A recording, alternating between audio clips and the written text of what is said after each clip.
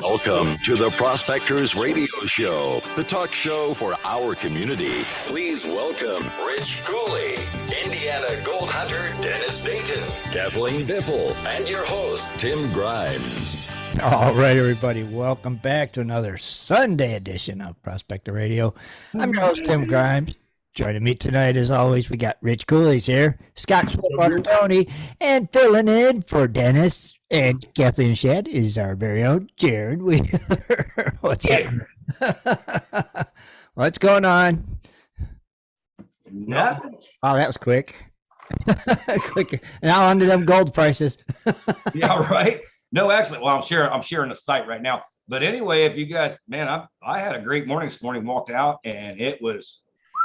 I'm just wondering if we're going to get an early winter this year because it was like 67 degrees. It was like it was cooler outside than it was inside. We had the air conditioners running. Right. So I'm thinking maybe, it's a little early for that. Yeah. And we haven't had any rain for a while. So I'm just wondering if maybe we might just have an early winter. And which it's happened before. So should Y Gold be packing his bag? If I start in middle October, probably. So You'd be getting ready to come down there? Unless he pre-bought his ticket, then I'd have to wait till November. But yeah, I mean, if it was good enough to go, we're good enough to go. Nice. Because like I said, I didn't get to go anywhere this summer, and that kind of stunk. But it is what it is. If you're $2,000 in debt when you get there, it's kind of hard to dig your way out when you already need an ounce to make half, 3/4 of that to get you out. Right. So you'd have to have 2 ounces just to make up that and a little bit of profit. That's not good enough. It would have to be on some rich ground. This is true. So This is true. And also, little change of pace. If you are one of the winners of our giveaway, I've sent you messages. I need your addresses. Please get them to me so I can get them to the right people and they can send your prize out to you. So I don't have an address. Can't mail stuff. Makes it very important. bit difficult. I didn't make it to the post office yet, guys. So my two guys didn't get theirs yet. I haven't got my list yet. So No, I'm still one name shy on yours, Scott. right. I know you're waiting, but like I said, that name would be Nick Gall. Nick, I Nick need this Gall. all the time. So yes, Nick, I need your I can address. swear. Mine are all sent out. They should be there like Tuesday or Wednesday. But real quick, I just want to say hello to Matt in the chat, Smokey, John Hunt, David Villa, Jericho, Terry Curry, Michael Shelby. We also have our guest of the night, Rockbutcher's in there, Yeah. Cool. and Which Gold chat? Banner, In which chat? YouTube or the GPS chat? YouTube. YouTube. Okay. Hopefully they're over on the GPS chat as well. Right? Hopefully. Yeah, thanks for joining us tonight. Yes, definitely. Thanks for coming and hanging out with us. But yeah, so we need them addresses. No Tiki. Hang on. I got a Nick Go on my Facebook, and I don't know if it's the same one. That's but- probably the same Nick. I bet it is. So I'm gonna just message Yeah, him. he's through. around everywhere. Oh, what's Yeah. up, Rob Weigold? Yeah, and Yeah, right. he's usually always in here or at least listening to the show. So yes, and I think there was Right. one other Same. one I haven't got, and that's for Randy Scotty Tony. I need Eric Worth's address. So Randy, Scotty, Tony, he's took that long to give you an address? no, I need an address to give him to ship so he can ship Oh. his prize to. I was gonna say, heck, he should have been right on them. Oh, no. But he's waiting on the address to ship it. I'm waiting on the address to send it to Randy Scotty Tony. So Right. oh, God, it's crazy. Anarchy. Speaking of anarchy, how's them gold prices, Scott? Oh man, I wasn't even ready for that yet, dude. I know, that's why I did it. Well, that's real funny. Caught me off guard. Because we got a guest, so I gotta. What? Yeah, we got a guest, so I gotta fire that stuff out there. What are you talking about? He was here last week. No, we got a guest tonight. Oh, okay. Sorry about that. All right, folks, here we go. Actually, we did. Gee, Merry Christmas. Oh, Lord, help me. Actually, we went up $10 and 60 cents, but I don't think we went up at all since it's down to 1676. That's below 1700 now. That's making me nervous. I don't like that a bit. Mm-hmm. We got silver going up 43% to 1970. It's still staying stable at $19. It's been there for a couple months. Platinum went up $1, 1960, 16, sorry, $916. So that's still below 1,000. We got palladium coming in, took a hit at $4, which ain't that big, at 2,217. And rhodium, it didn't move at all. And it stayed at 14,950. Hmm. And everything, the DAC, the S&P, everything was in the red, boys. It was not a good Friday. Now, what about the Bitcoin, Jared? Well, Bitcoin is in the same boat. It's down to now 19,517 currently. Oh, okay, dang it. Yep. Shoddy Scott. You what? I said shoddy. Yeah, shorty, all right. I want to hear it. You seen that video I shared, man? I don't believe that. No, Do what? I didn't see it. Well, you should have been watching it. Mm-mm. No, no, I'm a firm believer. I'm just saying, buddy. And I'm just saying. That's just... You'll totally understand. Oh, really? Okay. I got you. I'm just saying. Okay. Raises awareness, all you crypto and all this stuff. Now, I know there's a lot of people that are into rocks and minerals and stuff like that. Now, we have a special guest joining us tonight. How special? Very, very special. All right. It is old Rockbutcher's coming in to hang out with us. And Good. he is a geologist, so he will be here to hopefully answer some questions for us. If you got any questions about rocks or minerals or stuff like that, Right. you could give us a call when we open phone lines at 419-520-7574. We'll let you know when we do. That way, if you got any questions for him, you can give him a holler. There he is. He's popping in now, and we will see. Oh, there he is. Hi, guys. How are you? How's it going tonight? Oh, doing good. How are you tonight? Great. I'm doing well. You're sounding better. Man, I'm definitely Yeah. a little pinch better. Thing is how many times has he waxed his car? Yeah. I waxed hers today, so Well, Yeah, he's feeling all right. thank you very much for having me. oh, it's our pleasure. Hopefully, some people got some questions for you, and you can clarify and clear things up. I've got textbooks in front of me just in case I don't know the answer right off the top of my head. All right, so you are. I think you need them textbooks. Yeah, I don't. I probably not. So how long have you been a geologist, and what got you started in it? 32 years now. 30 years. Going on. This is my 32nd year.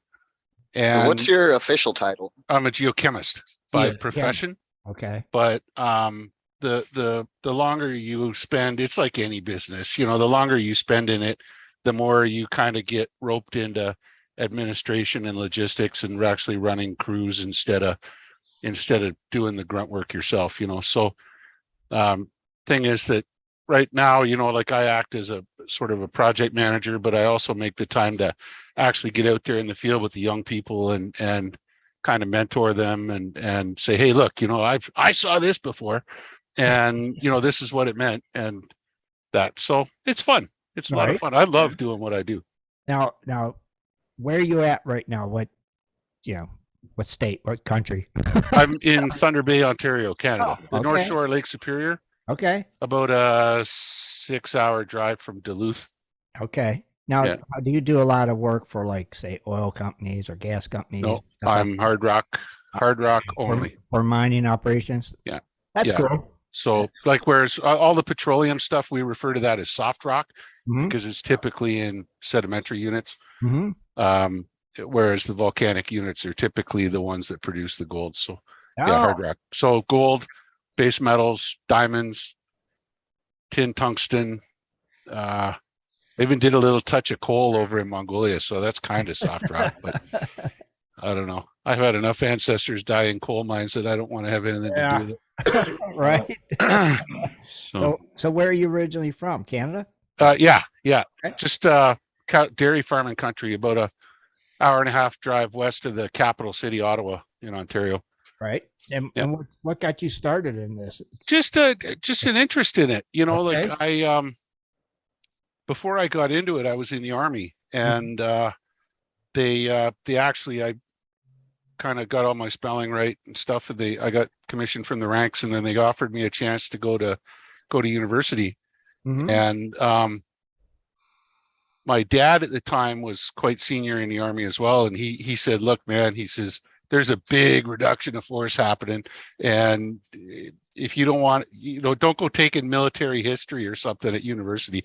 Take something that you can use afterwards. Right. And so I'd always, like as a kid, my folks had always given me books with those peel and stick stickers, and Oh yeah. kind of, you got this kind of rock on that page and this kind of Yeah. rock. And that really interested me. And back in 76 to 78, Dad was posted over to England as an artillery gunnery instructor.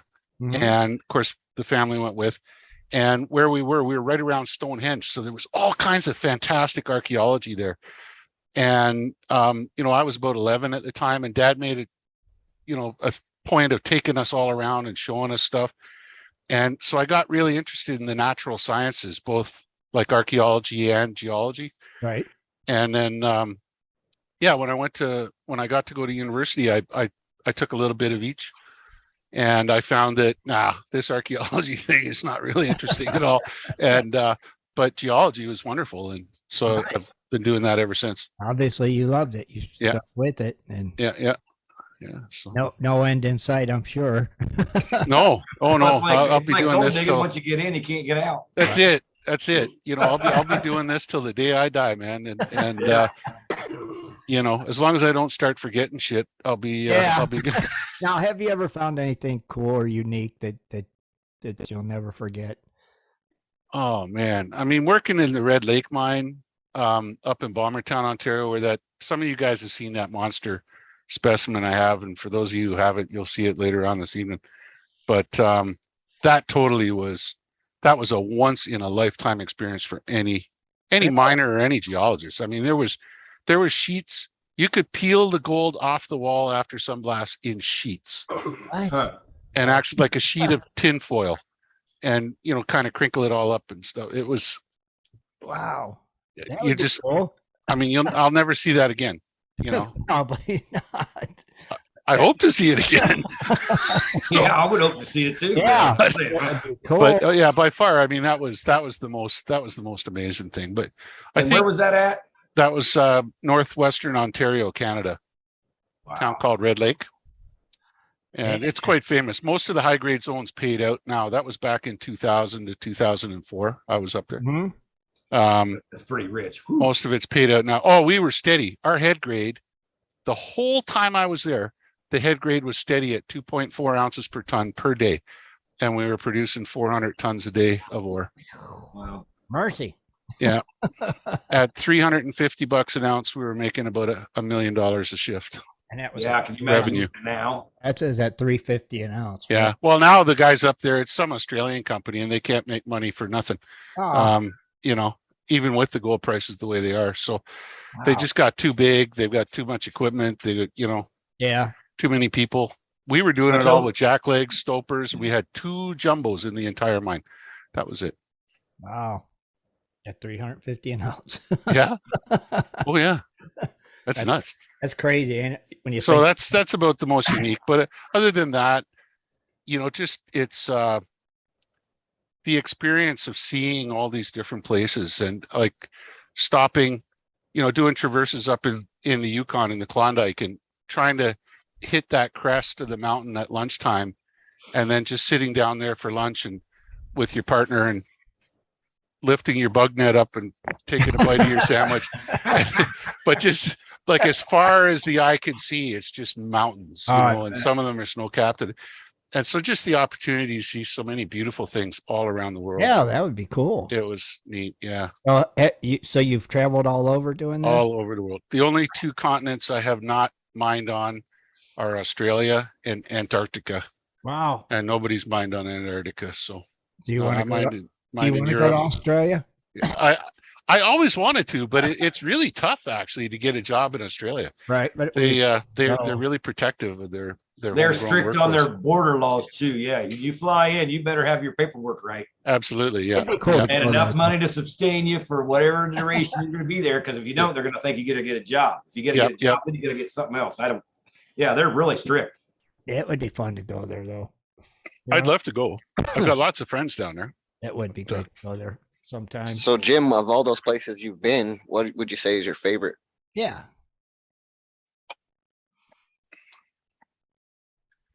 Got different favorites for different reasons. Chile is the first one that jumps to mind because you got the rugged beauty of the mountains, and but the whole country's, it's that wide. And so granted, coming down off those mountains might take you an hour and a half, but once you're into the Back Arc Basin, you're 60 mile an hour, 80 mile an hour to the coast. And then there's fresh seafood and, fruit and everything like that. And the other one I'd say would be Ecuador, purely because of how green it is. And I mean, don't get me wrong, I hate the freaking jungle, but the amount of time I've spent in the jungle, I don't know why I do it. But again, like just the diversity of the country and getting to see what you can see is fantastic. Mm-hmm. But like at the same time, I went down to Colorado. So I mean, how do you say what's your favorite place? I stood on the rim of the Natarita Canyon, and I was talking to this young geo who's a local guy, and we were looking at opening up a couple of old uranium mines there. And I looked at that kid and I says, you are one lucky man to live in a place that's this beautiful. All right. And just truly appreciate what's going on around you. And he was pretty appreciative of that. That's cool. Yeah. Yeah, it's hard to name one place. That really is just your all-time favorite. Yeah. Oh, that's understandable. When you've been to that many, it would be tough, I guess. Yeah. I mean, gosh, you've definitely been around. That's for sure. And that's awesome. And so now, do you prospect in any of these places that you go to for yourself while you're there? Or? It's pretty tough to do it on my own and maintain client, right. confidentiality and privilege and that kind of thing. Yeah. So, I mean, when I'm on my days off, Mm-hmm. yes, Okay. I'll go and do that, or I'll take vacation. I'll take the kids out. I've owned claims here and there before, so it does happen. Okay. That's cool. But the older I get, the more in depth these programs become, and I get less and less time to do that kind of stuff. Sure. So, I'm sure you're really, really busy. yeah. I would definitely could see that for sure. Yeah. Our buddy Rob Weigel's got a question for you, a couple of them here. He said, here you what go. kind of safety precautions do you take when you're mining underground? Well, the number one, I guess first off, how often do you do that really? about Pretty 50% frequent. of my career. Yeah. You know what, Weigel, the number one way of being safe underground is to simply be aware of your surroundings. And just absolutely, like I don't know if you remember that South Park episode where Cartman got abducted by the aliens, and every time he'd fart, there'd be this huge radar dish come out of his ass. Yeah. And I tell the youngsters underground, you be that Cartman, like you pay attention to what's going on behind you, in front of you, up above you, all the time. And that's, you just need these, you got to have the radars turning at all times. The engineers, they've got the ground support guys, they've got everything tickety boo kind of thing. But at the same time, stuff can go wrong. And so you have to be aware of the potential dangers and look Yeah. and see.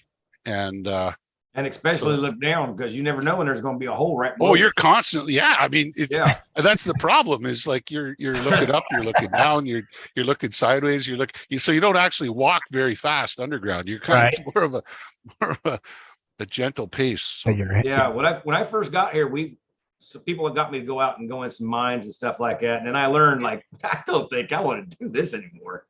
okay. No, I don't. That wouldn't be for Like me. now people ask me, do you still go in mines? I'm like, no. I'd just be afraid that the ceiling's going to collapse or something. I guess there's So, a follow-up if you- question to that is, have you ever found natural gold in its natural state, like veins, I'm guessing he's asking, which I'm pretty sure probably. All right. VG on a project site? Yes, absolutely. Like something that nobody had discovered before? Yes. That's cool. Yeah. Yeah. As a matter of fact, just a month or so ago, Oh, nice. up there in north of Scriber, Ontario, I found VG in a vein that it was just luck. It was total luck. The electricity company had put a new hydro line in, and they'd had to build a new road going in. And of course, they'd scraped off all kinds of outcrops. And the bush there is thick like this, like it's stupid thick. Mhm. And they'd scraped off lots of outcrops, and we were driving along in my truck one day, and I'm like, whoa, wait a second, let's get out and take a peek at this. And lo and behold, there it was. So yeah, so that's a new target. Man, that's a great. I mean, that's really rare. I Yeah. think in my whole life, finding VG in a place where nobody else has found VG, maybe 4 times. Wow. Right. You know, like it's not common for geologists to find hard rock gold like that. That's cool. Yeah. Yeah. Unless I was drilling. Right. And if I'm drilling, we find it quite often. But That's pretty awesome. Man, you've seen some interesting stuff. That's a great gig. it's fun. It seems like you enjoy it a lot. And it's more fun that way. If you enjoy your work, Oh yeah. it's not work then. No, exactly. What's It's just you're doing something you love. Yeah. Yeah. What's your craziest find? Like when you found it, you're like, what's this doing here? Because it's not supposed to be here. It's not from here. It's not, that kind of stuff.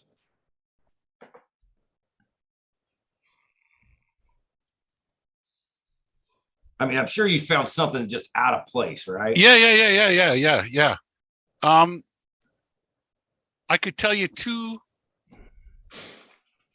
stories about that. And one was like something totally crazy that was out of place. And the other one, it was both people had influenced it. But one we the hell had gone up north outside of a little logging community that had once been much bigger. So there had been a lot more people there. And I was walking along, and there was this chunk of limestone lying on the ground with some moss on it. But what I saw was the edge of it, and I saw fossils in it. And it was the size of a patio stone kind of thing. And I thought, there's no limestone within 1,000 miles of here. What the hell's going on with this? Right. And I looked at it closer, and it was just somebody in the 1800s thought that was a cool rock and figured they would transport it north to the homestead, I suppose. Wow. But there's definitely nothing up ice that looks like that. Like this came from Southern Ontario. Right. And so that was one. And the other one, the interesting one was over in Mongolia. I spent 10 years over there prospecting and mining. Wow. And we were in this valley that was just in the Gobi Desert, in this beautiful U-shaped valley. And there wasn't a rock larger than a baseball to be seen anywhere, except for right out in the middle of the field, about half a mile away. There was a couple of big rocks just sitting right together. Mm-hmm. And like, as a geologist, you look at that and you're like, how does that work? Like, were they water transported? There was no glaciers in that section of the world. Believe it or not, in Mongolia, it wasn't glaciated in the last ice age. Could it have been by sand eroding from wind? Well, who knows, right? But the thing is that I looked at it and thought, there's something wrong here. And so I jumped in my truck and I drove over to take a look at what it was. And it was actually a grave from one of the Mongol warriors and they would put these big, tall plinths, like almost like a stela. It was just a very, very tall but narrow rock, and they put carvings on it and they put rocks around it, and it had kind of fallen over. And so here it was all by itself. But I guess that's where that dude came from, and they decided to bury him there. And it was like, why? So then when I went back to the crew, that was in the morning, and when the crew was all finished breakfast, I got them all lined up, all my students from university. I got them all lined up, and I said, okay, look down the valley here and tell me what's wrong. What's out of place? And it was the young lady on the crew that said, those rocks over there, they shouldn't be there. Like, very good. Okay, let's go look. Why? Because that's what geologists do. We ask why. Why is that there? Why is this does not belong here? Why is that important? Okay. And that makes sense when you put it that way. Yeah. Why is this here? Or Yeah, that's what I was going to ask, if it could be a grave marker, and then you said yeah. So yeah. Give me That's why 1 it's second kinda here. I've asked people not to interrupt me, but I'm being interrupted. sure. Interesting. So I know, right? Uh, Dude, even to go like the places he's been, I'm like, I know America's not the most hip country in the world right now. So for me to fly to like Mongolia, I'm like, I I'm would not- never leave our country and go. no, I'm not that. I It is what it is. I'm just a certain way. But I stay in the States. 20 years ago, yeah, I flew this here. Yeah. It's been And great. it's back. Are you back? I'm back. I'm back. No. It was just, that's actually good news. My son at about 4 Yeah. o'clock this afternoon wiped out on his bike and really injured his shoulder. How's So I it had him down going? at Emerge, and then, like you maybe saw in the Gold Prospectors chat, and yeah, it turns out it's broken all right, but it's broken nice and clean. So they Oh, said he doesn't need a cast. They're just going to put him in a support and a sling. oh, that's good. Yeah, we There just it is. going to ask you how he was doing. Jaron told Yeah. me. Yeah. And So anyway, that's good news. good. Yeah. Well, I'm gonna ask Dennis's question. Uh oh. What is your most scariest moment that you've ever had? Yeah. Like down in somewhere, running out of oxygen, whatever. Wait a minute. Can you hear me? You said, are you asking me? Yeah. Yeah. Oh yeah. Yeah. I heard you say I'm going to ask Dennis. Oh, he said I'm going to ask Dennis this Dennis's question. favorite question. Oh, Dennis's question. Yeah, that's his favorite. question. Man, honest to God, I just kind of put those ones behind me. Uh-huh. But the number of times, like, my eyes, I've looked at my partner, and both of us, our eyes have been this big, and we go like that. Is yeah. As far as you don't tell your mom, you just put them behind you. There's the only time I ran out of air, and I was totally stupid. This was a dumbass thing to do, but we were That's in. kind of why I want to bring it up, because people do stupid things, and Sure. it only takes one stupid time to do it, To- and you're to not die. around anymore. That's it. That's exactly Yeah. it. And And so if and- it can help I mean, somebody, then the difference in this one event, the difference between me dying and not dying was the fact that the fan actually switched on within, the correct time frame. And what it was it was a heading that was going downhill. It was a blind heading, so there was no other way for the air to go. We had the fan up above on the ramp, so the fan was pushing the air down. And every time we switched the fan, the guys had blasted, okay? Mhm. And there was this sea of orange, the oxides and nitrate, Yeah. the smoke from the blast smoke. And there was just this cloud of it just sitting there. It wasn't evacuating. And we turned the fan on, and as soon as we turned the fan on, it would blow the vent tube right off the fan. We're like, what the hell's going on? And then one of the miners said, oh, the guys in the heading, they rolled up the end of the vent fan, which we had just lying on the ground. They rolled it up and they put a rock on top of it. Oh, geez. And we're like, Good Lord. why the hell would you do that? Uh-huh. And so, I just dropped my vape on the floor. Anyway, it's like, why the hell would you do that? So anyway, the only way to clear this was to go down and in there. And I knew it was only about 25 yards. It wasn't even that far, maybe. And I just told the guys, I said, okay, you get this, it's back on. Okay, it's back on. I says, I want you to count to 1 minute. And then because I figured I could hold my breath for a minute. And I said, at 1 minute, I want you to turn that fan on. And I walked into that heading, knocked the stone off of that vent tube, rolled the vent tube off, and stuck my head in it.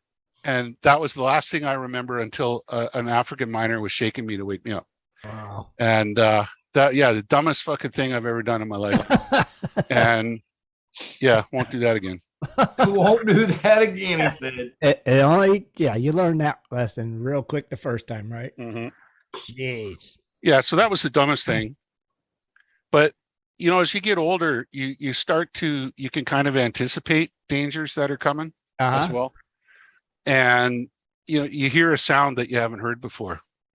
That's a big one. What's going on, or you hear a sound like the truck's coming down the ramp and he can't see you, so you get a youngster that's out there and you got to pull him into a safety bay and look, this guy's going to come by here. There's no way he's going to see you. He's going to run you right over. Wow. So you learn those things. But it's a very dangerous job. In my 32 years of doing this, there's been 2 fatalities on the projects that I've worked on, neither of which have been on my watch, nor was I even remotely responsible for, which I'm very proud of. But the fact is that, I work in an industry where I've had 2 crew members die. Wow. Yeah. So those chances are there. That's it. That's a shame. And just after I left Lac des Îles mine, another guy died who was there about a week after. So Man, rough. it's a shame, but it's Sure. It's everybody wants their lights to go on when you flip that switch, right? right. So, Right. Yeah. They don't care about your excuses. Just want my lights on. That's the thing. Yep. That makes it You was rough. talking earlier about when you're doing, like, you can find oil and stuff like that. It's going to be more shale than anything, right? For oil, Yeah. I More really shale. don't know much about it at all. Oh, okay. Tell you the truth. No, I mean, it just never interested me. So Because I always just thought shale was one of the ones that goes in the components of making oil and whatever, I've heard of oil shales, and then there's the gas shales and all that gas fracking and that. But I don't even understand. Okay, I know that little bugs died, and over pressure and temperature they turned into oil and gas. And that's a lot of bugs. that's the definition of my my petroleum knowledge. So you've looked for gold, silver, what else? PGMs, What is that? platinum group metals. Okay. So platinum, palladium. Oh, Um, rhodium. well, that's all part and parcel. Is it? I've done tin, tungsten. I've done copper, lead, zinc. What else? Heck, lots. Yeah. Wow. I mean, pretty much you name it. you ever I might have been let's on see. one of those jobs. What'd that guy call it? Silimanite. What is it? It's called Silimanite. Silimanite. Yeah. Well, he had a really good accent. He said Silimanite, but yeah, Silimanite. It's mica here, right? Silimanite. Jesus, I know the name. It's Well, he something was- that he- I wouldn't pay attention to. Here we go. We're reaching for a textbook. Uh-oh, textbook. No, I'm just saying he was from Canada, and he come down here and he found me and he wanted to go digging with me. And he was kind of, because he used to be like you, he could point out rocks and tell you what it is. I'm like, yeah, we don't mind that here. He goes, oh yeah, we do it in Canada. I was like, oh, okay. JK. I don't know. Silimanite? Yeah. The name's ringing a bell, but it's not something that I've looked at in a long time. When he said it, he said Silimanite. He's probably French. That sounds like it to me, French too. Canadian. He's probably French Canadian. Yeah. I and Smokey asked a question too after we looked this up. Okay. Silimanite. I-78. For those of you who don't have it, this is like probably the greatest book on the planet. What is I'll it? show it to you in a second. Okay. Oh, yeah. Yeah, there's nothing major about that. That's why I don't remember the name. It's just an aluminosilicate. Orthoramite, usually fibrous mass is clone. Harder than tremolite, of course. Okay, wait a minute. Morphos. Schists nice. Mm-hmm. I mean, Not a I don't common think mineral. he didn't mine it like I do by hand. It was like a big company probably mining that stuff, but he said Oh, they mined it for certain things. okay. Maybe there was something else in it. Because it is, it says it's usually found in schists. So metamorphic, highly metamorphic rocks with mica and that kind of stuff in them. Yeah. And yeah, where it occurs with almandine, which is garnet, biotite, and quartz. I don't know. Shit. Yeah, because all the ones he picked up was like really loaded with mica. I mean, you could Yeah. throw it, you could hit another rock and it'd blow up, you know. Yeah. Huh.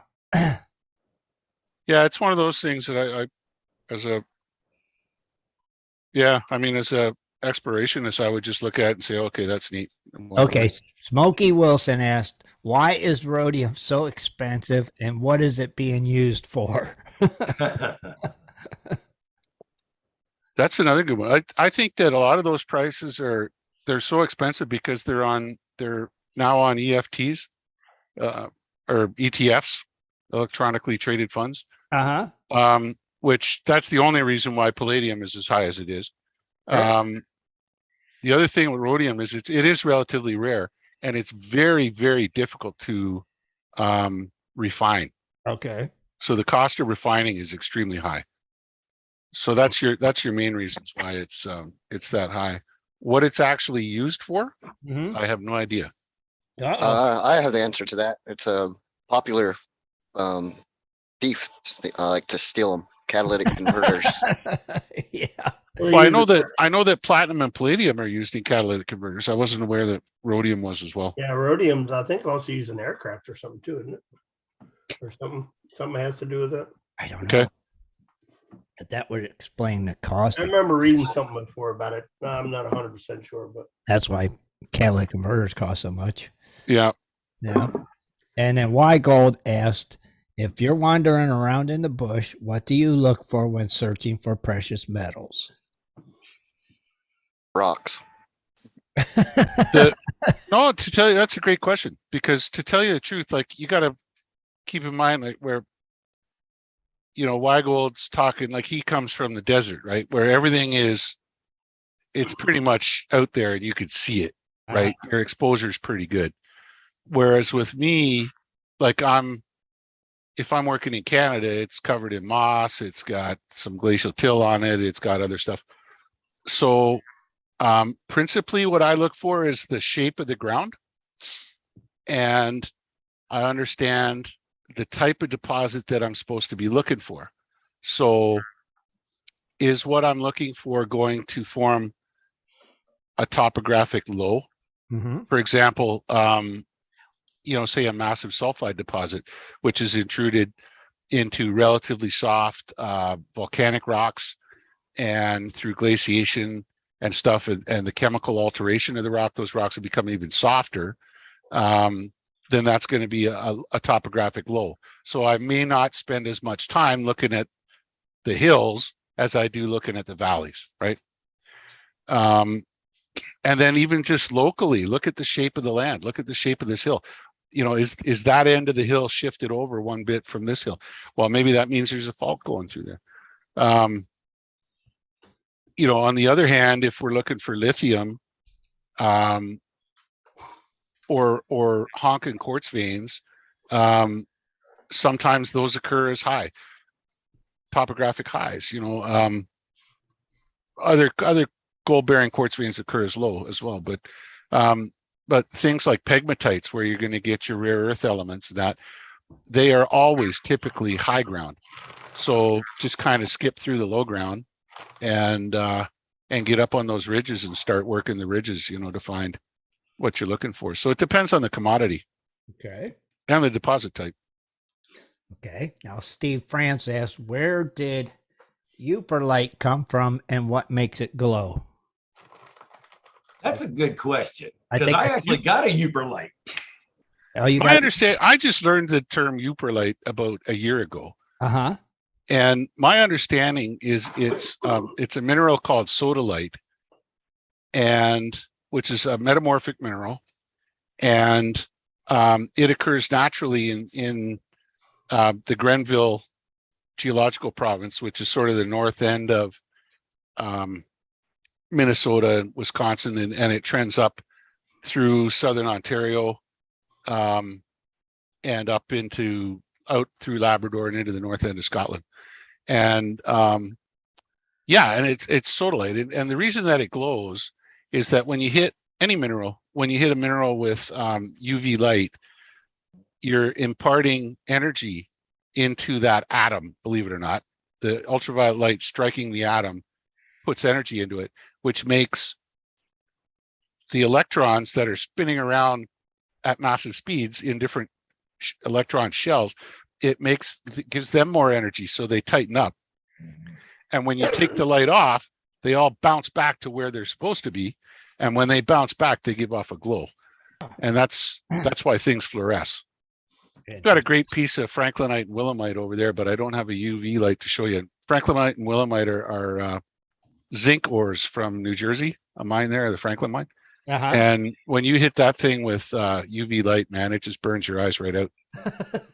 Yeah, I got a thing at the gold show. It was called, well, he's actually called, I think, Uper lights, because it's a flashlight, but it's a black light too, I think, like you're talking about. Yeah, UV light, yeah, it's a black light, yeah.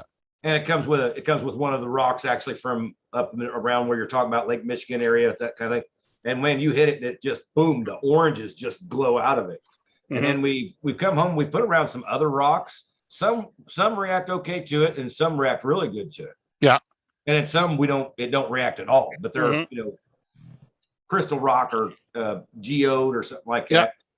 Yeah, calcite fluoresces really, really well.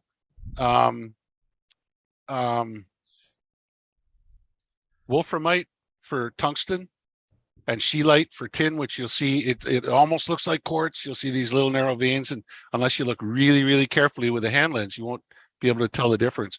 But you hit a quartz vein with a UV light, it won't glow at all. But you hit one of those veins and it'll burn your eyes out. Blue and orange.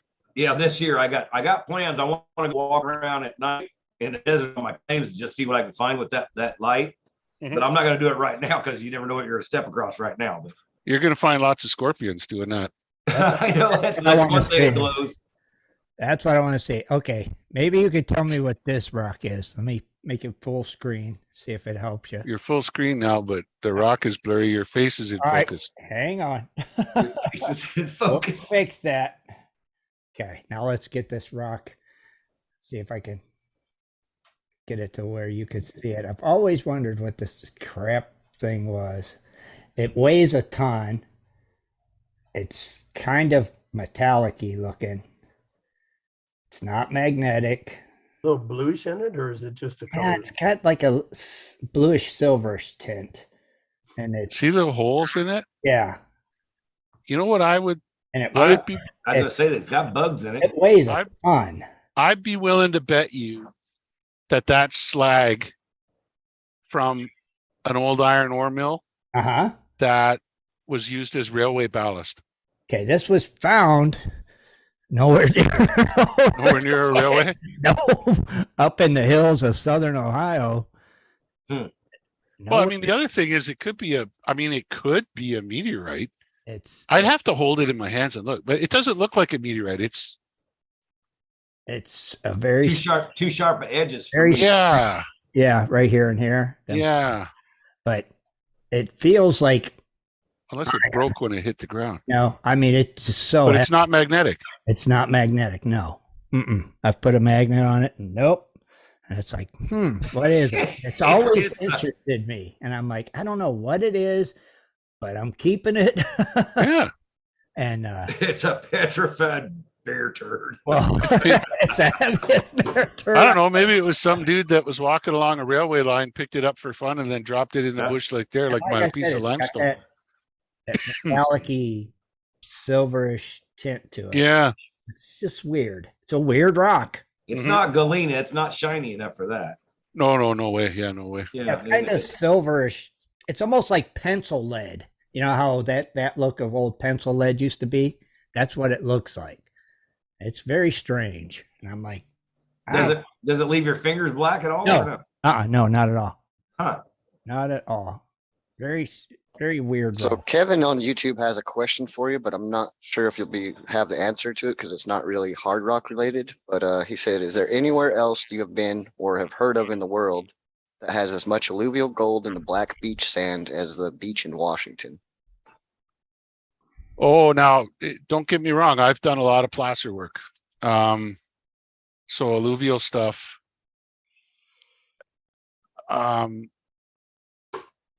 First of all, I would say as soon as you say black beach sand, I would run away. Okay. Because the thing is that you're going to get, if you assay the black beach sand concentrate, you're going to get some absolutely phenomenal results that are going to blow you away, and you're going to think you're the richest man on the earth, right up until you look into how fine you have to grind that stuff to release those minerals, those metals. I looked at a black beach sand deposit in Ecuador, and I looked at another one in Australia for gold and platinum group elements, and neither of them made any financial sense once metallurgy got involved. So yeah, run away from that. So that's my short answer. Okay, good. That's a good It short takes answer, a though. lot of black sand. I used to roll it in mercury, and it takes a lot of black sand to get you good amalgam going. The sand, because most of it's encapsulated within the other mineral grains, and so if it's not exposed, you're not going to be able to leach it out or amalgamate it out. You're hooped. You just got to grind, and nobody wants to grind to 10 microns, so it would cost you more than the gold was worth. Right? Understand. There is also a easy way of what they call it, cracking it with the fire, and then That only works. it's not going to be like that works for a profitable, but- rock where you're trying to. The Russians used to do that with microwaves.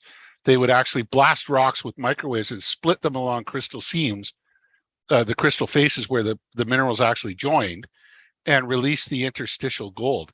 The gold that I'm talking about is in the middle of the crystal, and no amount of heat, unless you roast it in an autoclave, which is still going to cost you more than it's worth. Jared, I think you're talking about the black sand, right?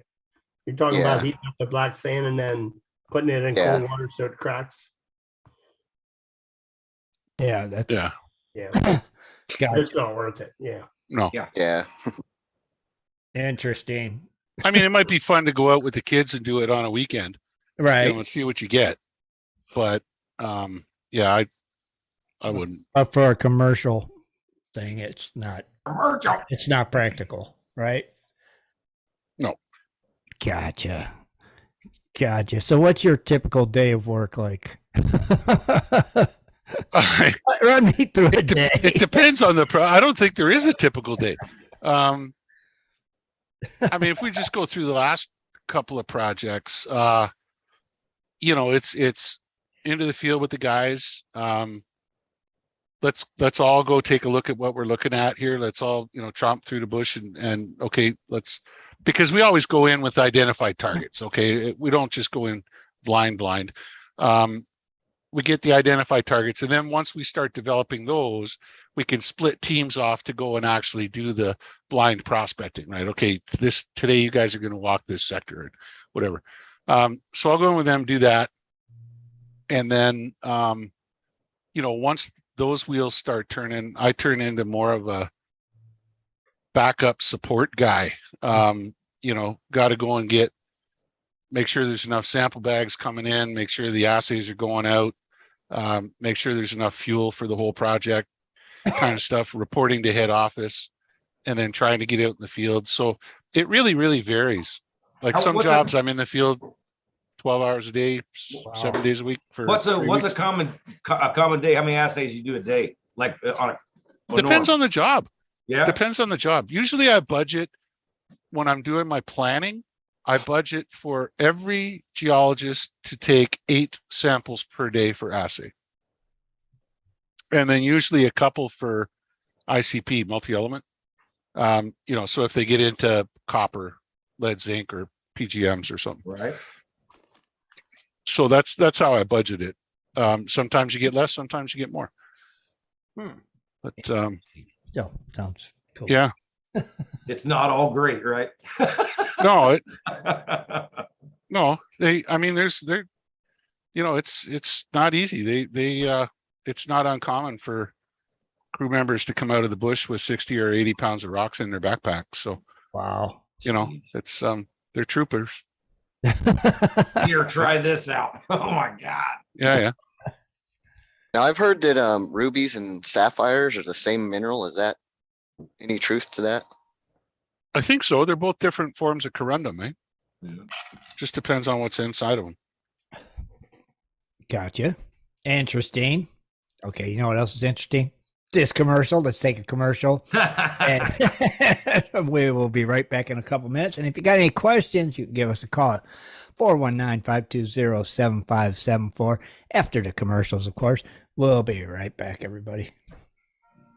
Do you like to mine for gold? Enjoy prospecting a nice crack in the bedrock? Enjoy getting outdoors to camp, fish, hunt, and hike on your public lands? You plan your trip, load the gear, grab the dog, put the family in the truck, and drive off to a locked gate. A sign says you cannot enter or access your own public lands. Mining claims and public land owned by we the people are being designated as off limits by our own government every single day. Are you concerned about the direction our government is going? Are you tired of seeing no access, no entry signs on your lands? We are, and we are fighting back. We are AMRA, America Mining Rights Association, the fastest growing small mining advocacy association in America. AMRA is a 501c3 not-for-profit formed by miners, hunters, off-roaders, retired military men, and women to stop the insanity. AMRA was formed to educate, unite, and help the small miners and public land users on their rights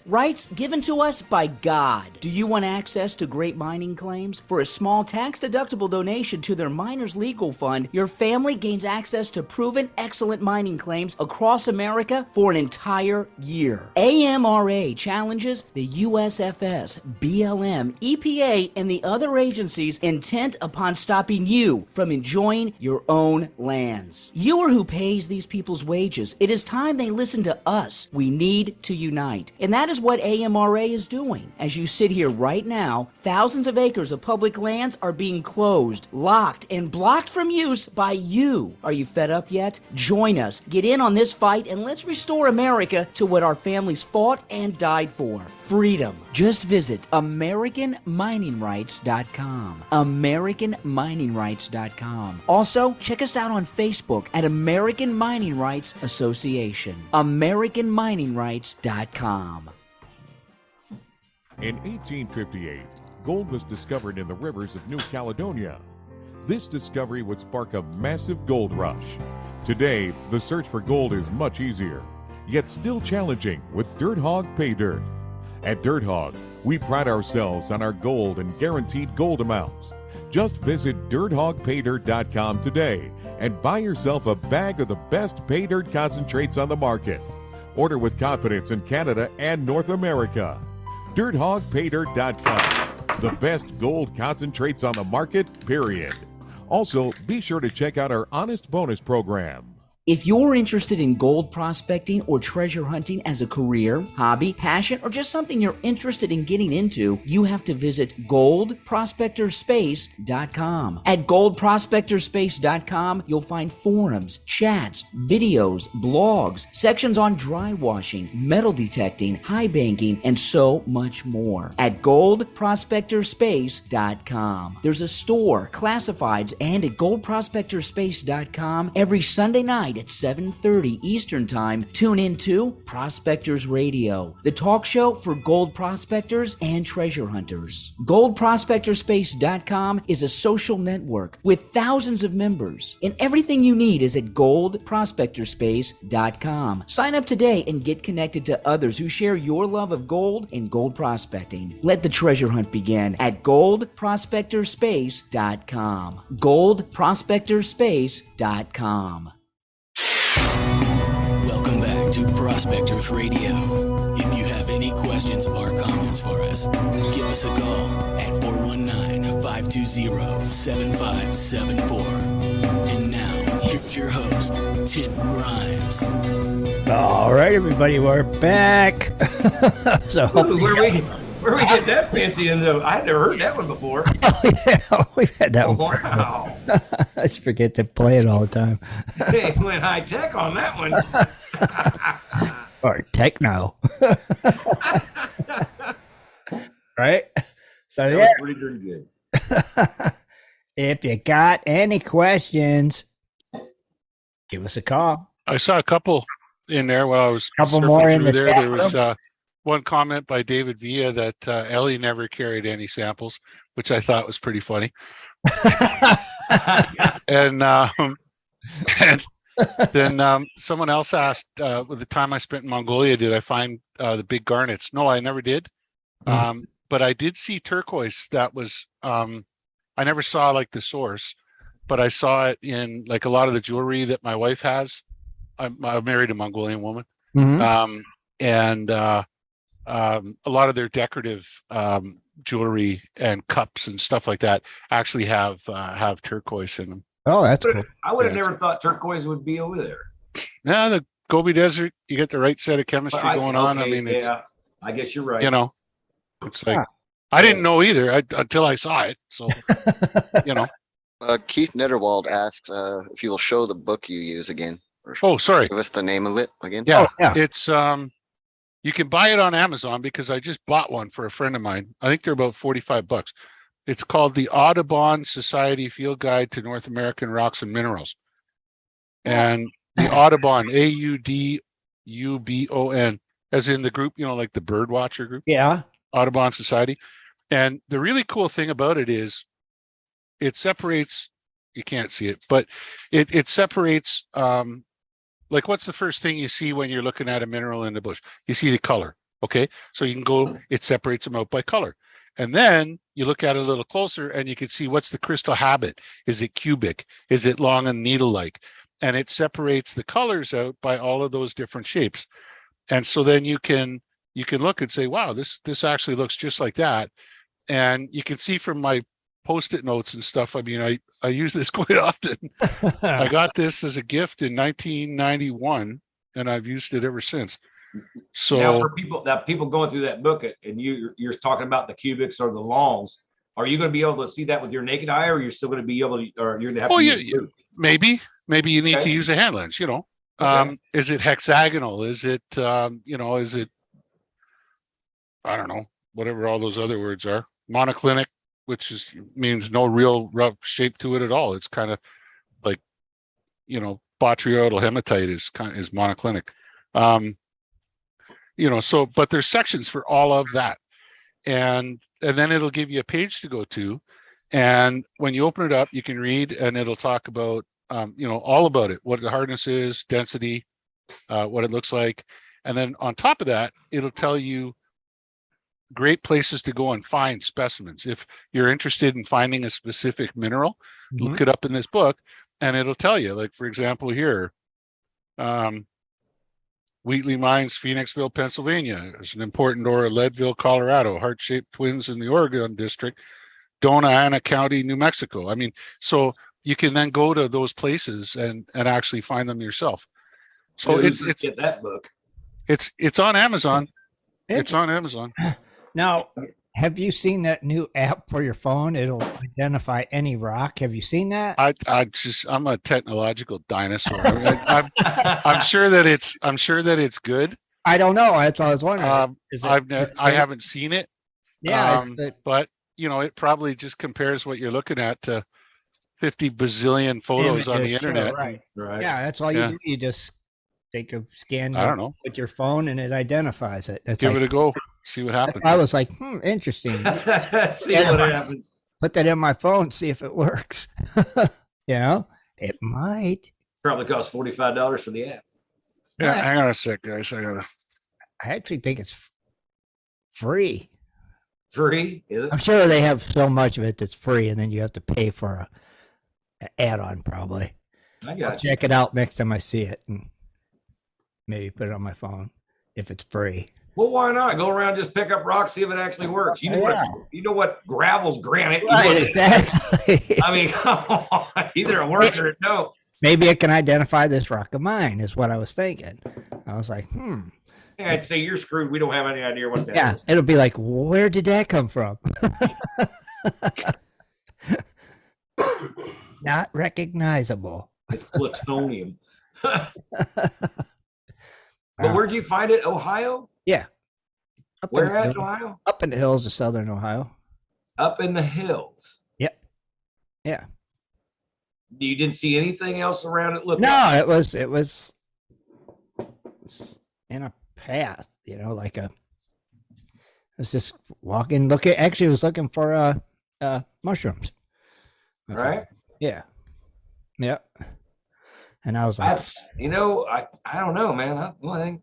Yeah, I was like, what the heck is that? I mean, I gotta be Butcher here. It can't be a meteorite. It's got too many sharp points, and they heat up going through the atmosphere. Right. Agreed. So it can't be that, and they're usually magnetic. I'm not saying they all yeah, are. yeah. Especially the metallic ones are typically magnetic. Right? Yeah. Yeah. Strange. I know that. Very strange.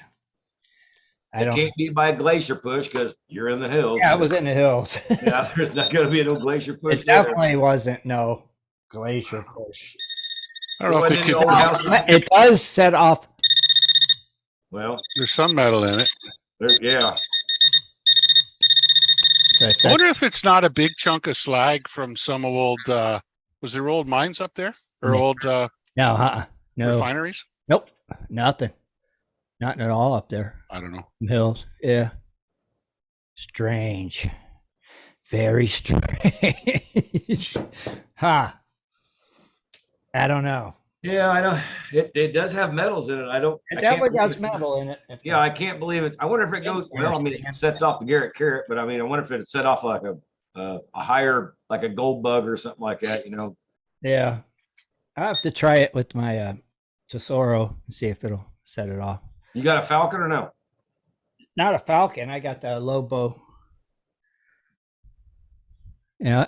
I didn't know if you had one of those Falcon MD 2020. No, I don't have one of them. Okay. Nope, I do not have one. Yeah, it'd be interesting to see what that is. Yeah, I would really like to know what it is. Well, I mean, that freaking carrot read like it's a gold ring. I know. So, yeah, it's got to have metal in it. It went off like crazy, like it's all metal. Like this far away, it's already singing. I'm like, oh yeah. It'd be neat if you knew somebody with an XRF to just give it a zap. Yeah, see. Yep. Strange. Very strange. It doesn't look like if you hit it with something, it doesn't look like it would flake, does it? No, definitely not. Okay, well, it's not something brought by the Indians to use for arrowheads or anything. So no, definitely not. It's definitely not. It's like I said. I'm just going down the list here, trying to weed stuff out before I say it could be from space. Then. Yeah, I don't want to know. So Jim, I know you busted out some stuff to show us some treasure porn, so to speak. Oh, did you? Yeah, I've got some. Well, here, let me make you full screen then, so we could see it. All righty, here I'll make a space here. That way we can. So I got 3 specimens to start with here for when ore doesn't look like ore. Okay. And I'll turn this on. And it's kind of a lesson it was a lesson for me in prospecting.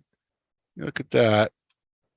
That's a diorite. It's quartz, biotite. It's got some feldspars in it. And all the flashy stuff you're seeing is not sulfides. There's only about 3 to 5% sulfide in. There's a little bit right there at the tip of my finger. Uh-huh.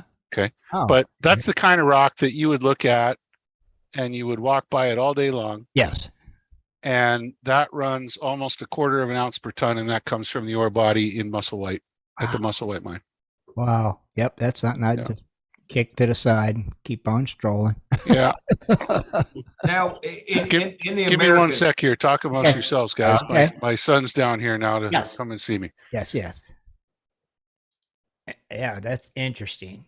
That's a rock that's a leverite. Right. Yeah, I mean, it's something I might pick up and look at. Yeah. And I just throw it down. Because it's yeah, sparkles. because it sparkles. You're gonna pick it up. Yeah, We pick up everything that sparkles. That's our problem. especially when you can see it from 20 feet away. Yeah. Ooh, I see something sparkling. Let me grab that. A squirrel. That's what I would say. I'm like, hey, well, it's shiny. Let's go over there. Oh yeah, if it's shiny. That's but- what's really cool, because on like the highway, that I'm on, or the side of the highway I'm on, one side's for gold, the other side you can go out and find some stuff.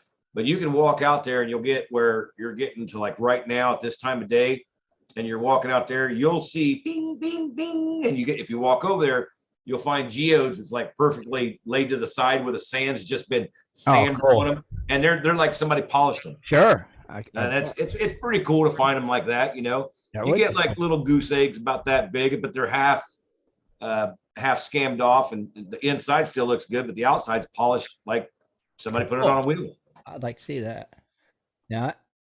All right, Jim's back. All right, I'm back. Okay. make you Yeah, he's doing okay. They didn't put a cast on him, even though it's broke. They Just said the the two ends are sling. touching, just the sling. Yeah. That's crazy. wow. So this is a piece. They polished it and gave it to me as a presentation piece. Oh, that's cool. But that's peroxenite, and again, it's only about 3 to 5% sulfides. And I would walk right past that as a geologist and not even sample it. Wow. And that runs up to 5 grams palladium Wow. per ton. Holy cow. So almost a 1/4 ounce palladium per ton in that, That's you good. know. So it's like stuff that you wouldn't think runs, Oh yeah, right, exactly. right? Then you got stuff that you do know runs. This is a slab from the Pura mine in Burkina Faso, and that little dot in the middle, if I could get the angle just right, there should be a flash. There's a piece of that little dark dot right. Oh, there we go. I think I can see it. There's your gold. Nice. All right. And that little teeny tiny bit of gold. There's almost no sulfides in this at all. No pyrites, no pyrrhetites, no calco. And but that rock runs 1/4 of an ounce per ton all day. Wow. That whole vein. It was incredible. It was like 8 grams all the way along. Yeah. So it was it was a cool deposit. Yeah, no, that's a rock. I'd be like, oh, keeping that one. All the ones, no. Here's a neat one. This is it looks pretty nondescript. That's a chunk of chalcopyrite. Okay, Yeah. and there's quite a bit of gold in it. But you see how, kind of like your rock, this one's really smooth, Tim. Right. Yes. It's been all smoothed out. Mm-hmm. And the other side is quite smooth as well. It's normally when you find sulfides, they're blocky and chunky and everything, but this has actually been smeared. And that comes from the Primavera mine in Chile that I worked at. And that vein was intruded along a thrust fault where, you know, as the Pacific plate's pushing in and it's making the Andes mountains grow, that top plate, the top slice of rock can go for miles and miles, Right. you know, up into the mountains.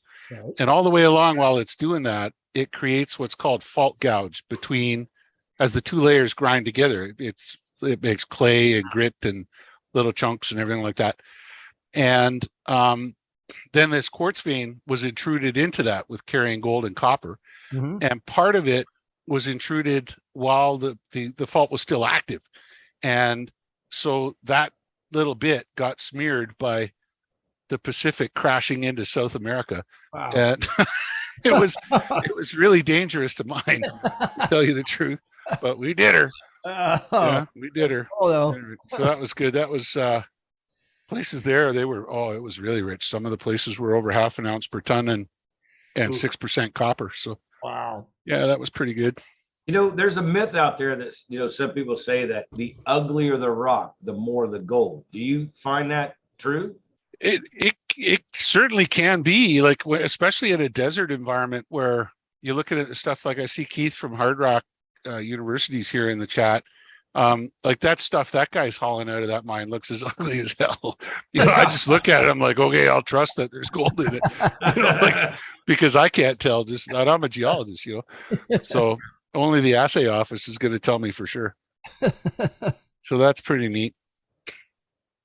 I got this. We talk about lithium off and on, and here's this is a specimen. The white mineral is called spodumene.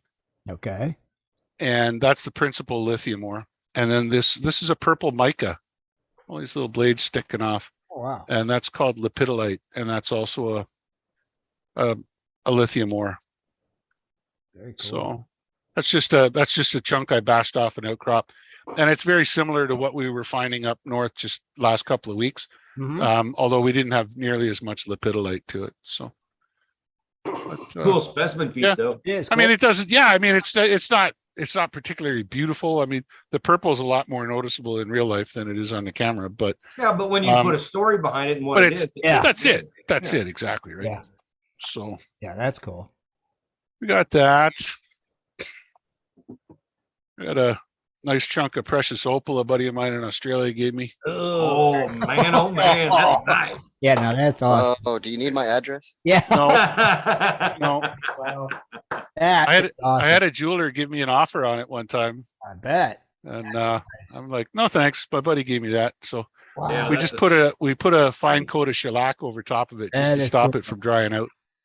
Yeah, that's a fine piece right there. Oh, That's yeah. beautiful. Wow. Yeah, good Ballpark, I'd lasting. say 20 grand or something. It was 25 was what the jeweler offered me, so Wow. I'm sure he would have made 50 off it. Yeah. Yeah, I'll send you my address after. Right? No, that just sits on my shelf with my other specimens. Dang, that is cool. Yeah. Hey, that's being a pretty neat. rock guy of your caliber, would you know, like, if I wanted to have raw opal, something I could just cut and do myself, who would you suggest? You'd have to get in touch with one of those guys. I mean, maybe the online guys. I don't know. Okay. I would go direct. If I was you, I would go direct to Australia. I wouldn't talk to anybody in the US who's reselling. Right. Okay. I'd go straight to the source. And Makes sense. you're going to cut the middleman right out of the whole affair. Right. Yeah, that does make sense. Definitely. That's cool though. All right. And so for the pièce de la résistance, I see it. show you this one here. I got to move the camera. You're all going to get seasick now. Whoa, getting dizzy. Holy moly. There's the big boy. Oh, geez. There you go. So this rock here has 4.5 ounces of gold in it. We did a density test on it. Uh-huh. Yeah. Wow. And that's a rock that I lined up the blast on, and I unhooked the blast after the blast. I Uh-huh. washed down the muck pile, and I picked this up and brought it back to surface and said, I want to buy this. So That is cool. I paid $1,600 for it Okay. back when gold was 300 and something an ounce. And now it's worth what? Yeah. Wow. As a specimen As a piece, it's worth spec- twice as much. As a specimen, I'd say it's probably worth about 30,000 Canadian. I don't know. Wow. That's a beautiful Wow. rock. Yeah. Wow. Yeah. And those are actually obnoxious scabs of gold that are sticking off the side. Yeah, Like it looks like it. you could peel that off with tweezers. Ah. So Wow. Wow. Look at that nice defined line. Look at it. It's beautiful. yeah. That's sweet rock right there. Man. Yeah. That is nice. So It's huge too. it is. It is. It weighs about 25 pounds. Wow. Like I said, as a specimen piece, man, I think, man, you could pull 50 grand off that US. Yeah, Cool. Easy. probably. I know Reg was in the chat earlier. Besides Reg and yourself, has anybody else ever seen that? in Other person? than my family, no, but nobody in our community. I mean, Reg and his buddy Tom, I got a photo of the two of them with big Cheshire cat grins leaning over top of this thing. Oh, Yeah. man. Yeah, that's a sweet rock right there. God, I'd love to have that. That's nice. Holy moly. Yeah. So at any rate, there you go. Very cool. I was hoping you was going to bring that one out. That is I had to dig it out of the display case upstairs. And Oh yeah, that definitely earns the right to be displayed. yeah. That's a beautiful piece. Yeah, I gave it to my mom actually years when I blasted it, and I because she's like the only person in the world more Roman Catholic than the Pope. And so every day I went underground, she would say prayers for her little boy that was working 1.5 miles underground. Sure. And I know she did. She told me. And so I bought her that, and I gave it to her as a gift. And then just last year, now that Dad's gone, and she's looking at kind of drawing down things, she says, she says, I've enjoyed this long enough. You take it home with you and set it up at home. So I've got it at home now. That's awesome. And that gold is just as brilliant today as it was the day I blasted it. Yeah. Wow. So as you just mentioned, you've been 1.5 miles underground. Is that like the furthest you've been, or? No, at that mine, that spot was 1.5 miles. It ended up, but by the time I left, it was closer to 1.9, almost 2 miles. That's deep underground. It's deep. The rock does not like you at that depth. It's spitting at you. It's popping. It's banging. I bet. Yeah, it's not happy you're making a hole in it. Yeah. Yeah. Oh, yeah. That's. I mean, the way I look at it, the rock's continuously moving. Sure. Oh, it is. It is. And the interesting thing is that, I mean, this rock is what, 2.6 billion years old? Yeah. And it is still under compression, and it is still moving. Wow. So it's some of the oldest rock on the planet, the Canadian Shield. That's freaking. So Fantastic. yeah, it's amazing. That's a long ways. You drive 2 miles in a car and then that far underground. Yeah, but did you see the rock? Did you see the rock? But still, I don't think I'm going that far for that rock either. From the time at that mine, from the time you're up on surface, you get on the cage, from the time you collar to, if you started a stopwatch, from the time you start going down to the time you get to your workplace down there is an average of 1.5 hours. Wow.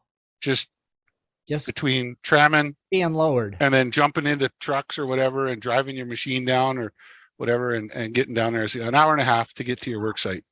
Wow. Yeah. Yeah, it's a long drive. Hey, I've been in Ruby Falls. That's as deep as I've been. That's a long ways though, underground to me. Yeah. I don't know how deep Ruby Falls was, but I know you went down an elevator for quite a while, and then you got out in the room. And was that one of them tourist places? Yeah, like you said, see Ruby Falls, like used to be down like through Indiana and stuff. Oh, okay. But it was like I said, you went down pretty darn far to me. And then they hit the suckers. They get them down there and said, "Oh, this is what the first what do you call it? The first prospectors or the first explorers found," and they shut off all the lights. You can't see. you can. There's no seeing. Your hand in front of your face. Yep. No, you can't. You can't see that. There cannot be. Yeah, that's like that is the real meaning of dark. Well, I was saying bullcrap because they had candles or something. It wasn't that dark. That's freaky. I couldn't do it. I'm sorry. Nope. I don't care how much gold's down there. It takes a certain way to do it. Yeah, it does. Like I said, if I look at a cave and I see a bunch of trash that's fell off the top on the floor, that just screams danger to me. If I see a nice clean cave, I'm like, okay, I know it's solid. I'll go in a little bit, and check it out. But like I said, I see call signs that I'm like, if I see too many big chunks on the floor, I'm like, hey, no, not without a helmet or something on my head. No. Yeah, caves scare the heck out of me, Scott. I'm way happier being in a mine than I am being in a cave. And I drove Route 66 years ago, and I stopped in Carlsbad Cavern. You got to go see Carlsbad Cavern. Okay, I went to Carlsbad Cavern. And you get in there in that main room, and there is clearly like 50,000 tons that's come off the back and landed on the floor. And they've made the pathway go around it.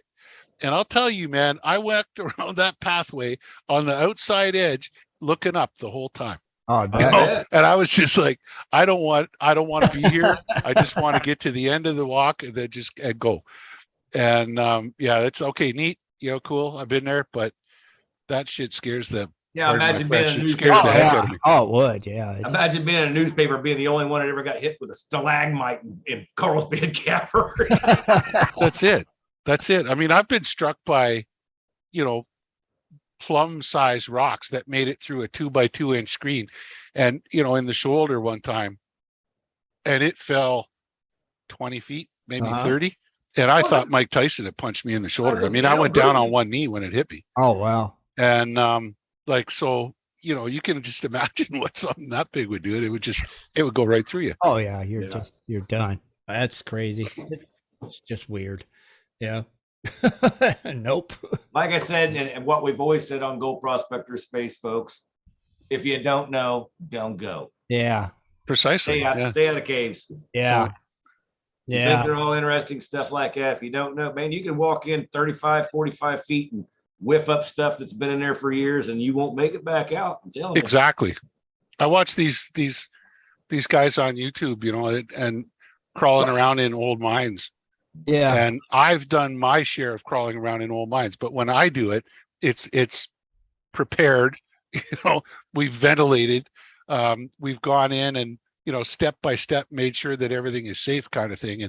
And these guys poking around and going down old ladders and stuff like that, I just shake my head. Yeah. It's like I'm amazed that you guys are actually still alive, because you surely will not be 5 years from now. Right. If you keep doing that. Those old ladders, man, they've been there, but they're rickety. Wow. That's it. There ain't no moisture left in them ladders. Nope. Oh, God, You're climbing down what matchsticks, pretty much. That's it. Yeah, no, those guys, they I just shake my head. Yeah. I would So, too. and the other big one, of course, is oxygen. Yeah. If you have water and rotting timbers, which, I mean, show me a mine that doesn't have water and rotting timbers, that depletes oxygen. It pulls oxygen out of the air, the whole rotting process. Huh. And, you can get into an environment where you go from being conscious to being dead like that. Right. Oh. And there's no, I'm getting dizzy. It's like you black out, and 4.5 minutes later, you're dead. Wow. So I watch them doing that, and it's like, oh man, that's Even what an that oxygen dirty sensor water. is for. Or is it in the old days, my Zippo lighter, I used to use that a lot, Oh, okay. You know what? Even mixing up dirty water can put stuff in the air. Yeah. Yeah. Yeah. It's not a safe thing to do if you all of a sudden decide you want to start a YouTube channel and go explore that old mine in your grandpa's backyard. Forget it. The ones of views. the ones I always hated was the ones that are completely dry, but there's like 1.5 foot of gas that when you walk by, it just whiffs it up. Oh, yeah. And it creates a wall where you can't get back out. That's the one. That's the one that would scare me the most right there. Yeah. Yeah, it comes up in your cap lamp, and all you can see is just little particles and stuff like that. Yeah, I know exactly what you mean. You're blacking out. Yeah, it's not good. Yeah. Yeah. Like I said, if you don't know, folks, don't go. Yeah, that's not cool. No. Nope. But I got tens and tens of views. Yeah, that's right. Once. Once. Yeah. After the EMS recovered my GoPro and processed the video for me. Yeah. Pretty much. Yeah. And loaded it up under the title, "Do Not Do This." Yeah. Yeah. Yeah. Don't do this. Idiots. That is bad, but it is scary, man, because people actually do that. Yeah, they do it. I mean, you know what? They're still driving across flooded washes here in Arizona. I'm like, come on, you guys have seen the freaking commercials and everything. Don't do it. Mm-hmm. And then every time there's they're gonna save another one out of the wash with a car. Every time it's a car. It's always Not every time, but mostly it's a car. Because they think it's a car. It's heavy. It could go right. Yeah, whatever. They boom, you're done. They go in 10 feet. The way they go 25 feet down the wash. See you later. Mm-hmm. Yeah. Remember when I worked at the Primavera mine in Chile, where I was telling you about that thrust fault? the quebrada there, the creek valley that we were in, it had not rained in that area in 225 years. Wow. And it was just east of a town called Vallenar in Chile. And yet the quebrada was full of big rocks, melon-sized rocks that were perfectly round. Mm-hmm. Right. And so we were looking at putting this mine back into production. It had been a mom and pop operation. They'd done a fair bit of work, but we were going to go at it on an industrial scale. And I was dealing with this engineer out of Texas, this old guy. He fought in Guadalcanal, this guy. And he, tough as nails, holy jumping, old Texan. And he was like, yeah, I got to put the camp in here. And I went, and we're going to do this, and we're going to do that. And I looked at him and I says, there's a reason why these rocks are round. Yeah. and the very next day it rained, but it didn't rain enough to have a washout or anything, but it rained enough that a small creek formed and came down through the center of the quebrada. And it was the first time in 225 years it rained, and the Chilean miners are all blaming the Canadian for bringing the rain. And the thing is, but I looked at the satellite photo afterwards, long after I'd left the place, and he perched all the buildings up on the side of the hill. So it's like, yeah, good job, buddy. Yeah, I bet you better safe than sorry. Eh? Yeah. Wow. Yeah. That's like people want to go camping in the woods. Oh, here's a nice trail. You're camping on a game trail. Don't do that. Yeah. You're going to get more animals than you ever wanted at night. Oh, can you imagine building a $100 million camp in a quebrada, and then next year it gets washed? Sure. Everybody dies. They finally get that rain that they had 200 years. Yeah. 500-year rain. Yeah. Holy cow. That would suck. But yeah, people never think about that. Yeah. Apparently not. Apparently not. It's very cool and very interesting stuff for sure. So you've definitely been around. Yeah. And that's awesome. Dang, I wish we could have identified my rock. I'm sorry about that. Oh, it's all right. I'm messing with you. I'm gonna put that app in my phone, see if it tells me what it is. Maybe just take a good picture and put it on Gold Prospectors. You don't get a good close up, but I think I did years ago. It's probably there in the photo somewhere. I'm thinking, I see. I'm thinking it's something petrified, but I'm not gonna. It's too heavy. I mean, I'm not gonna say it's what I said it was before, but it just looks like maybe it could be something that's petrified itself at a certain time. I don't know. Strange. Interesting. I don't know. I just don't know. I bet that's a fun one for you, Jim. People are probably always just holding up rocks and trying to, hey, what's this? What's this one? It happens all the time, and I'm happy to help them. It's a question of camera quality and my poor vision. And I'm sure if I held it in my hand, I could give you a much more certain answer. Yeah, that's why I have my doubts about that app, how accurate it is. I mean, it might be able to identify certain things, but I think other things. I'm gonna have to try it and see. Give it a go. I have to, because I mean, we have to. I would just think there's just certain minerals that you would have to take some kind of assay and not just to see a picture of it. Right. But I'm sure, like Scott said, it probably just goes through a database of 50 million photos. But like I said, you found it in the hills, right? That's in what's Ohio. weird. I mean, that's like nobody's just carrying stuff in their pocket and going, "Oh, let me drop it out here." No. So I don't know. There's no other ones like it around. There's nothing. But you know what? But you don't know what was there years ago. A lot of it's coal country. You know what I mean? I mean, that could be a big old welted piece of copper that doesn't look like it anymore. I don't know. I have no clue. But you said it looked like a pencil lead. Yeah, that's what it looks like. That bluish color. Well, that's a very distinct color, but yeah, it is weird. Or should I say shimmer, whatever you want to. It's got a little silvery across it that looks like a pencil. Yeah, like a metallic sheen to it. Yeah. It's definitely got some kind of weird sheenish. And that's why I said it almost looks like pencil lead. Strange. It's just strange. All right, I'm looking at that silly rock identifier app. Rock identifier, stone, gem, mineral, crystal. Interesting. I'm sure. Let's see if the high tech can work, folks. Yeah, watch but it's gonna come back. probably- Well, this could be anything, sir. No, it'll probably be to identify that rock. You need to purchase our premium package. There you go. That's what it would be.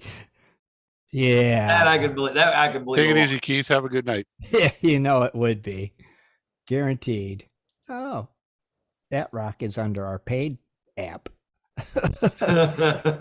Kelly dropped it. She doesn't carry rocks. Unless they're for herself, right? David, Bia? Yeah, she brings her own Hey, rubies but home. the paid app of $14.99, or the $49.99, you get a free rock hammer. Oh. You never know. Don't worry about the word China on the side of it. Crazy stuff. It's good steel. It'll last you through what, 2 rocks? It's just Break off the point. it was just the weirdest rock I ever seen. So I was like, I'm taking So Keith, I have one more last question that I had for you. Do All you have right. like a favorite mineral or a favorite gemstone or anything like that?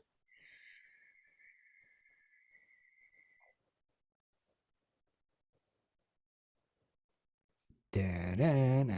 That's a hard one. It truly is, because they're also pretty. Yeah. Like, I mean, I've mined diamonds, and I've actually, one of my jobs, we worked at a smaller mine, and we had to actually take turns quantifying these stones. And so, I mean, I've probably had 200,000, 150,000 carats worth of diamonds go through my hands. Wow. And some of them are absolutely spectacular. Some of them are total dogs. But the thing is that the truth is, after a while, like as a geologist, they might as well be kernels of corn. Right. So is there one specific mineral that I really like? No, but I could probably name 2 or 3 examples of different minerals that I've seen in absolutely perfect, spectacular condition that I thought were some of the finest samples I've ever seen. Honestly. I saw your message, Jim. I got it out there. Okay, thank you. Oh, okay. There you go. You got your YouTube channel. Yeah. Very interesting. Jaron just put the link up in the chat room. So Yeah. sure. Of course. So it's a work in progress. Uh-huh. And I'm slowly, what I want to do is put together a few sort of how-to videos or my opinion videos of stuff that, like, I watch. Everybody's got videos. Sure. And just things that I see that people don't touch on, maybe, and maybe more people should know a little bit about. Hey, you know what? There's the plant guy. He goes around going, "No, this is a hibiscus habilis. This is, he's everywhere, just naming all these plants off. Why couldn't you do that with rocks? I don't see why not. Right. Yeah, sure. Subscribed. I just subscribed. I was gonna say I haven't seen anybody else doing it with rocks. Yeah. Yeah. So everybody click. I mean, on you can that. you can just go out your back door and walk around and make a whole video just on the rocks. It's probably around your house. Probably. Yeah. Yeah. Yeah. Much less the cool ones you find in the Well, I mean, when he gives the proper names Yeah. and tell Yeah. them why it's that way and stuff like that, that's what makes the video. Yeah, I mean, pretty cool. I think it would work. Yeah. Well, there it is. There's the link. Everybody, There you go. everybody click and subscribe. Let's get Yeah, some- Oh man, we got to do that again. One of the things I'm working on right now is I kind of lucked out, and at the last project site I was working on, there's a defunct gold mining company that used to rent that same warehouse, and they left a whole bunch of samples behind.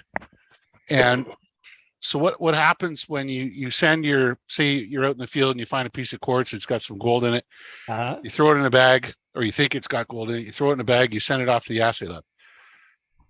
The assay lab takes that sample, they crush the whole thing into sub quarter inch, and then they split that. They got a thing called a splitter. It's a kind of like a riffle thing. And they break that down into smaller parts, statistically, they take a small portion of that, and that's what they use for the fire assay. Mm-hmm. So in theory, if you split it all equal, you crush it all equal, you blend it all right, whatever result comes out should be representative of the whole sample. Not always correct, but most of the time it is correct. And then what's left over at the assay lab after they've crushed your whole sample, because they only run 30 to 50 grams of the stuff, you can choose to have that sent back to you. So they got all this stuff sent back to them. And I've got these, I brought home 300 pounds of this stuff. And so like you get, this stuff, I'm not going to open it. This is like powder, fine, like talcum powder. Yeah, this is the stuff that they would run through the fire assay lab. And then this is the rejects. So this is all the sub quarter inch stuff that they ground up, you know? Mm-hmm. And so I was thinking that maybe I could start, if I can get my hands on one of those little backyard dredges that I see some of the other guys having, I could start running those things through. I don't think anybody out there would be willing to buy a pay dirt bag with no defined gold content. You know, it's like, yeah, the low price of $5 plus shipping. But at any rate, yeah. So I've got 300 pounds of this stuff. So I'm trying to figure out what to do with that. But I could make some pretty interesting videos out of it, like heavy mineral concentration with especially the quarter inch stuff, you know, and that sort of thing. So yeah, but just like being a rock guy, you got like you can go a lot of direct. I mean, you got a lot of videos, man. Yeah.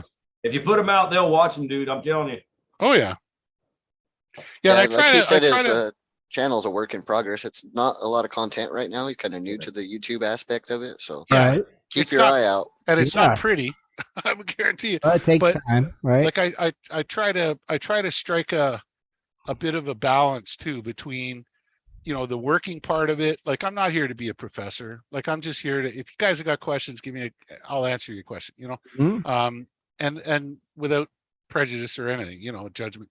And, but also to just show, like there's videos of us bombing down a lake in a fishing boat, because that's what we do after work. Right. And so it's like, here's the life of a geologist. You know, this is what we do. Oh, that's cool. So yeah, it's kind of a bit of both, some barbecue shorts and I'm in, I subscribed. Hey, I'm already in there. I got it. Right on. Yeah. Well, we want to thank you for coming and hanging out with us tonight. It's been a pleasure. Gentlemen, thank you very much for inviting me. I truly appreciate it. Hopefully we can have you back again. Yeah, absolutely. Absolutely. Just let me know. Oh yeah. We'll try to make the schedules mesh, and very cool. I know this one took a while to set up, but it worked. It worked. Yeah. So, it's like, life of a geologist. That's right. Yeah. We're flexible. Yeah. But yeah, thanks, buddy. We appreciate it, man. Yeah, it was awesome. Yes, we learned something, and hopefully everybody listening learned a little something also. And we want to thank you all for coming and hanging out with us tonight. And don't forget to join us Wednesday for West Coast Wednesday. And I think that's everything. Is that everything? Oh, wait, no. We almost forgot. I want to before I forget, we almost screwed up, guys. What did we almost forget? Happy birthday, Ed Marvin. Oh, that's right. Happy birthday. Happy birthday, Ed. There you go. That's right. I was going to say, I didn't want to forget. That was one thing I was going to do at the first, and I forgot. That's why I said, is there anything we're forgetting? Because I forgot. All right. We're out of here. Have a great week, everybody. See you. Good night, Gold Digger. Take care, guys. Be sure to tune in next Sunday at 7:30 for another great show. For updates and more info, please go to www.prospectors